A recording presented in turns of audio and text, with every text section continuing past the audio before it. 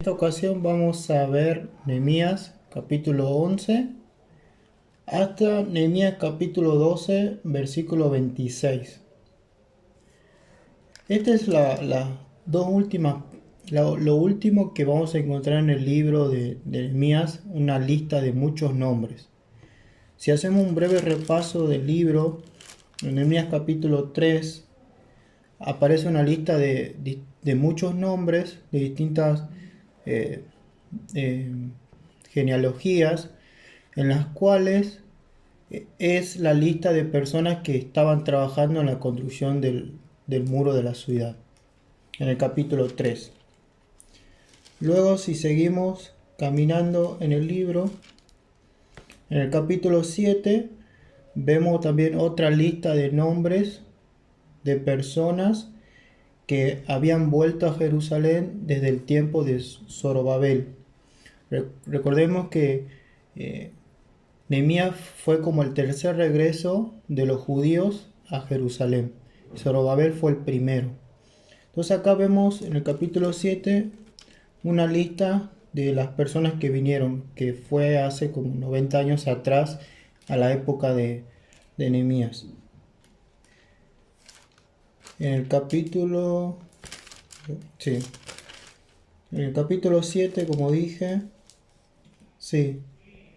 Y en el capítulo 10 vemos otra lista de nombres, que son las personas que estaban en ese tiempo de Nehemías, que se habían comprometido a guardar y obedecer la ley de Dios. Entonces, por ahora hay tres listas distintas. Una de los que construyeron el muro de la ciudad, otra de los que volvieron desde el primer regreso hasta el momento de Nehemías, y la última es la lista de aquellas personas que se habían comprometido en ese tiempo a guardar la ley de Dios. Y ahora vamos a entrar en el capítulo 11 hasta el 12, 26.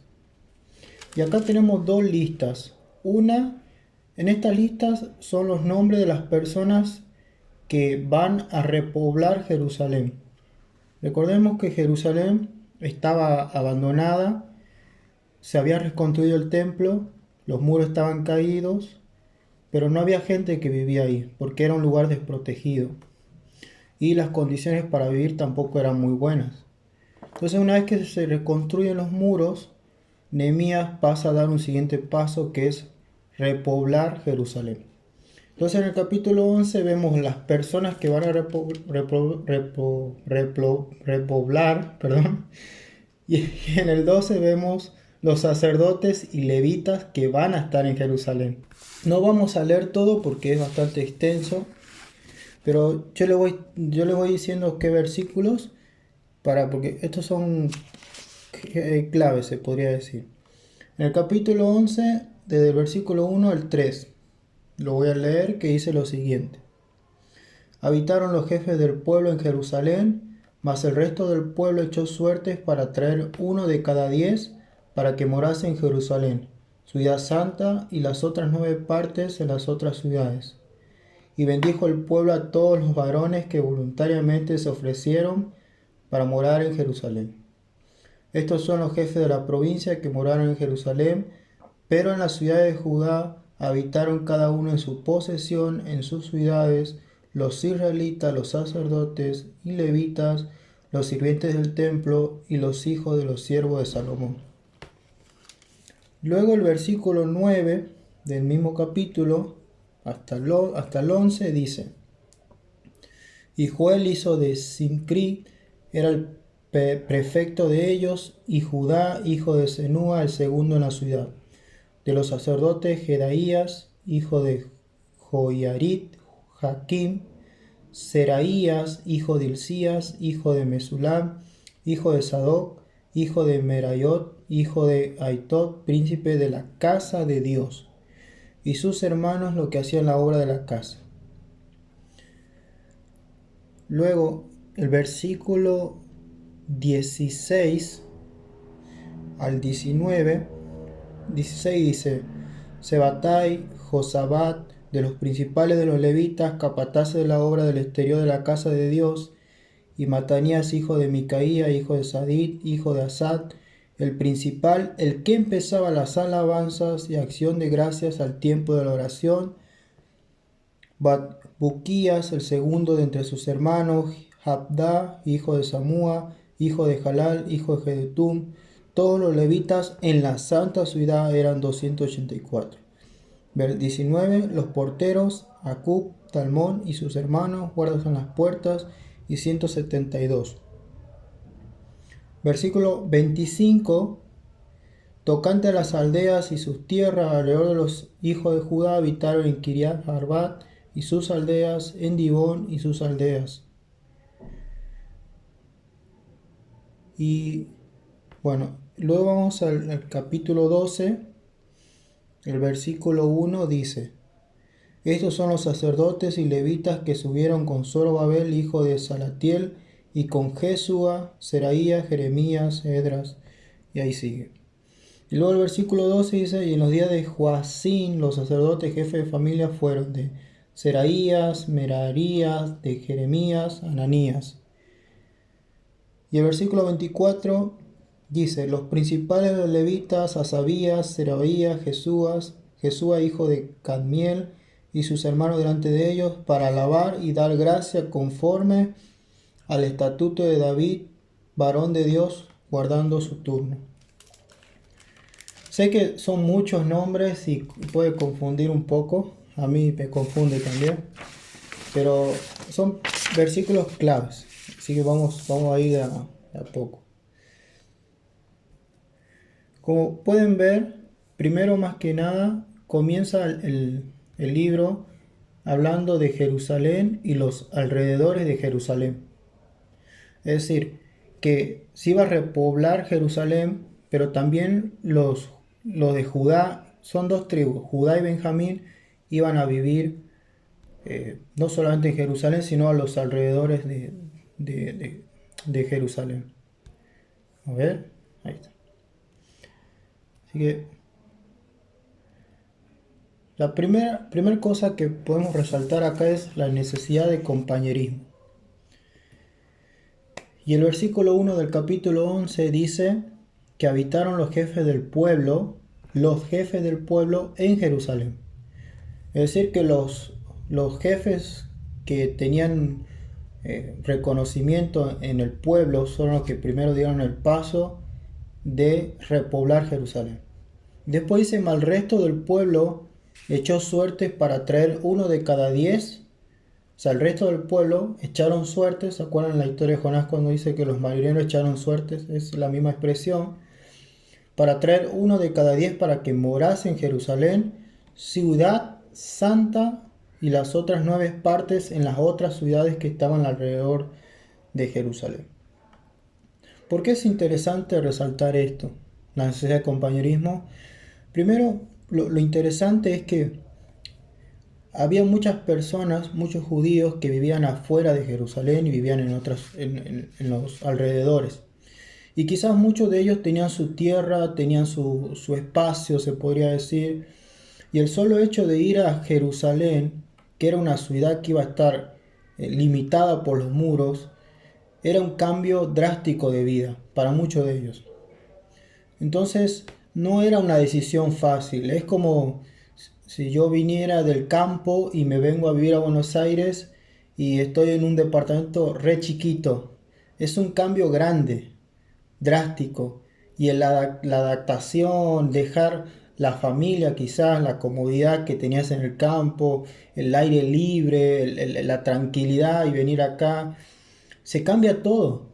De alguna manera es lo que iba a pasar y era muy interesante. No era algo fácil la decisión, pero lo que recalca acá es la necesidad de compañerismo. Es decir, estamos todos juntos acá o no hacemos nada. O sea, o repoblamos Jerusalén o se queda así. Y hubieron personas que echaron suertes. A ver, echar suertes para aquel tiempo era como consultar la voluntad de Dios. O sea, era esa la forma que tenían.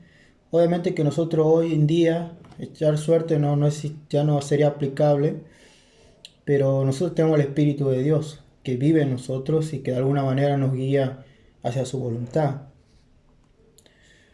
Pero, ¿en qué nos aplica o nos sirve esto?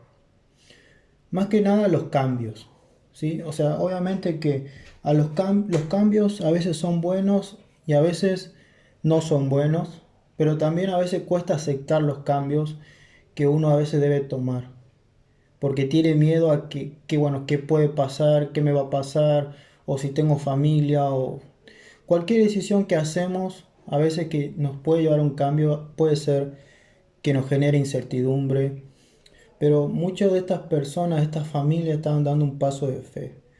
Y de alguna manera nosotros como creyentes tenemos un Dios de cambio. Dios cambia nuestra vida y sigue cambiando nuestros pensamientos y nuestra forma de ser a la imagen de Cristo. Pero también el Señor es como que toda decisión que nosotros tomemos también significa eso, de que el Señor tiene control y de que Él no nos va a dejar solos. Y acá también habla del compañerismo, o sea, ver también por aquellas personas que quizás están en esa misma situación que yo al tomar esta decisión que quiero tomar y acompañar y estar.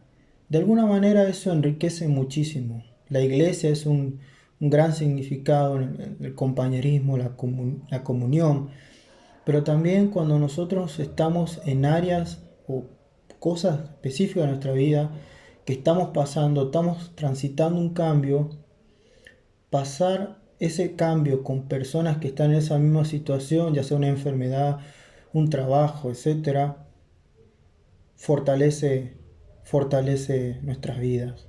Y creo que eso es muy interesante que podríamos tener en cuenta. Y también acá vemos la sumisión a la voluntad de Dios. ¿Por qué? Porque las personas que echaron suertes no se quejaron, ¿sí? Es decir, aceptaron, si le tocaba a ellos, bueno, se iban a Jerusalén a vivir ahí, pero no es como que el texto no dice que hubo una queja de las personas, sino que aceptaron con sumisión la palabra de Dios, que de alguna manera echar suerte significaba eso para ellos. Y también esto nos enseña a nosotros de alguna manera de que a veces esos cambios, la mejor forma de tomarlo es aceptando la voluntad del Señor, sabiendo de que Él tiene el control de nuestras vidas. Ahora veamos otra cosita interesante que es la primacía de la santidad. Si ustedes se dan cuenta en el versículo 1 dice, habitaron los jefes del pueblo en Jerusalén, el resto del pueblo echó suertes para traer uno de cada 10 para que morase en Jerusalén, ciudad santa. Obviamente que para ellos Jerusalén era considerado un lugar santo, porque ahí se construyó el templo, ahí descendió Dios en la época de Salomón. Luego, a ver si lo anoté, el versículo 18 dice, todos los levitas en la santa ciudad eran 284. Para el pueblo, Jerusalén era considerado un lugar consagrado a Dios. Eso es el significado de santo. Y de alguna manera las personas que voluntariamente decidieron ir o los que salieron por sorteo y lo aceptaron sin quejarse, estaban reconociendo que el lugar donde iban a ir era un lugar privilegiado, era un lugar importante. Puede ser, una vez escuché a un predicador, ¿qué es lo que hace que el pan y el vino sea especial, sea santo? Lo que hace que sea especial es porque Cristo, el Hijo de Dios, lo consagró. Y Jerusalén de alguna manera lo era. Entonces, era muy, muy interesante. Pero, ¿de qué nos puede servir esto? Como dije, para ellos vivir ahí era un privilegio, pero también una gran responsabilidad y reto. Porque la santidad no solamente son las cosas que Dios declara que son santas, sino la vida como yo vivo, que debe reflejar esa santidad. Y acá escribí algo que dice, el cristiano ha de considerar cada lugar santo,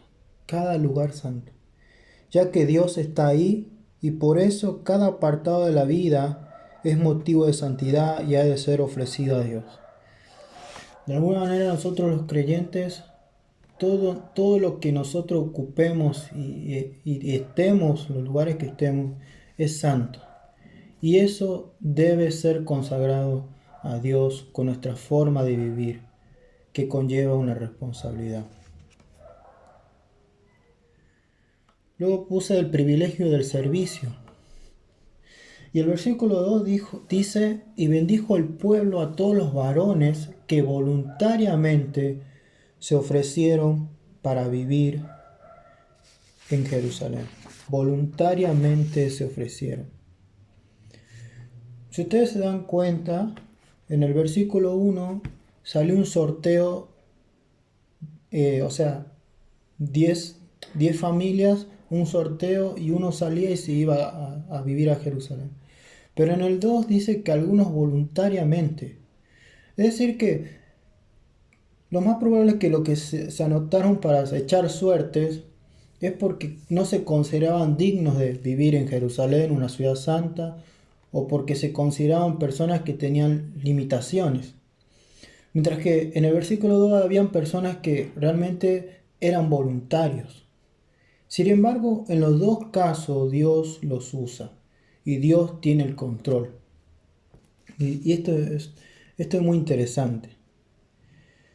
Y bueno, un ejemplo muy claro es, por ejemplo, el llamamiento de Isaías, el profeta Isaías, que él voluntariamente obedeció el llamado de Dios. Mientras que Jeremías, el otro profeta, cuando Dios los llama, él dice, yo soy joven, no sé hablar bien.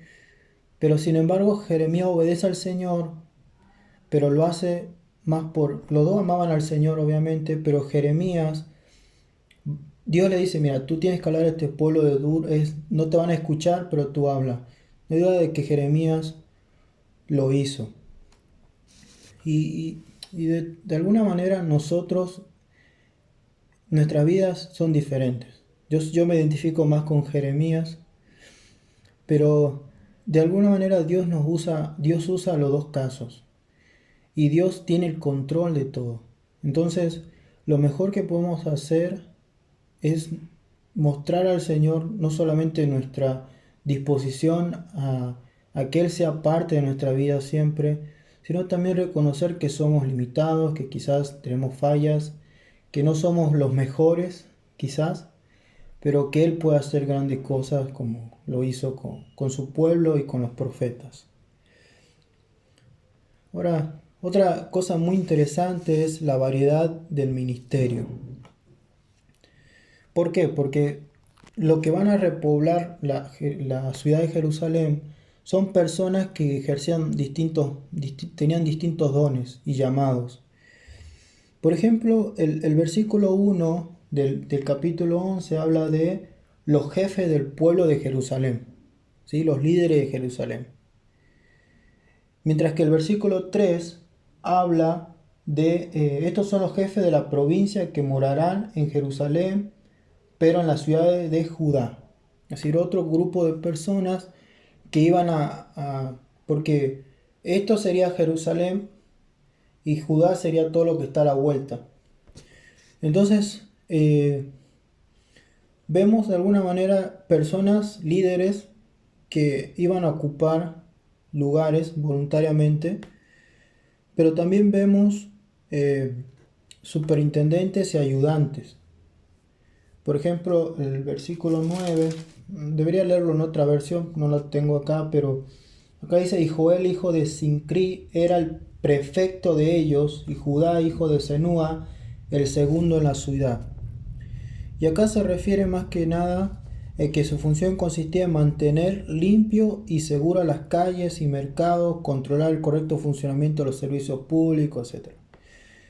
O sea, es todo lo que nosotros podemos imaginar cómo funcionaría una ciudad o una sociedad.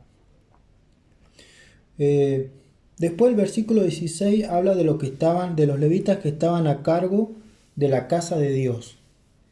Y dice, Sebatai y Josabat, de los principales de los levitas, capataces de la obra del exterior de la casa de Dios, a la parte de afuera.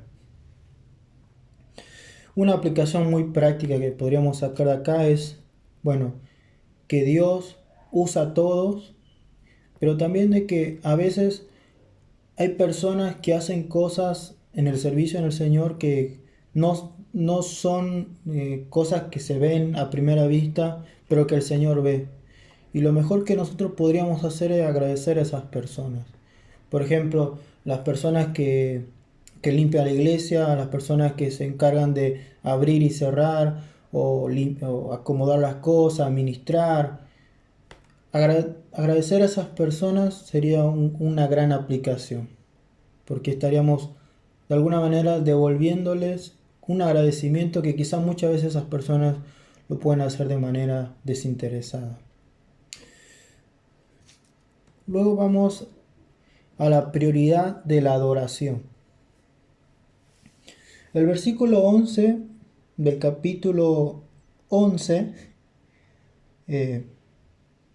dice Seraías, hijo de Hilcías, y al final dice príncipe de la casa de Dios. ¿Quién era Seraías? Él era el sumo sacerdote de ese momento. Era el que intercedía por el pueblo, que podía entrar al lugar santísimo.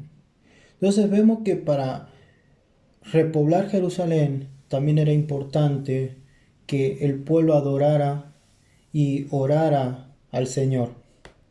Entonces vemos en ese sentido que el pueblo le dio prioridad a las cosas espirituales. Y el versículo 17 habla de Matanías, hijo de Micaía, hijo de Sabit, hijo de Asaf. Dice el principal, vieron que ahí dice hijo de Asaf. Seguro cuando ustedes leyeron los salmos, hay muchos salmos que dice salmos de Asaf. Bueno, él era descendiente de este levita. Dice el principal, el que empezaba las alabanzas y acción de gracias al tiempo de ¿qué? De la oración. Increíble. O sea, se adoraba al Señor, se alababa al Señor, pero también había un tiempo de oración. Qué lindo, ¿no?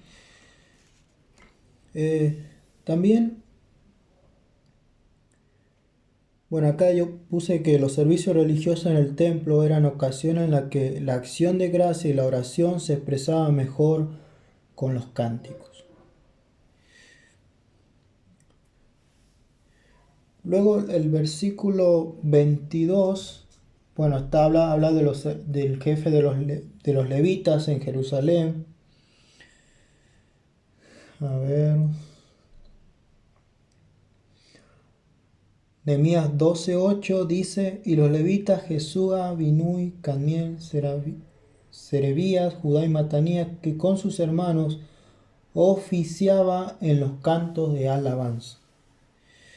Esto es muy lindo, y una aplicación práctica acá es que la adoración y la oración siempre van de la mano, y que de alguna manera para nosotros para la iglesia donde pertenecemos, siempre debemos anhelar que eso sea siempre la prioridad, además de estudiar la palabra de Dios, pero que también nuestra vida diaria sea eso, que reflejemos que Dios es lo más importante que podemos tener.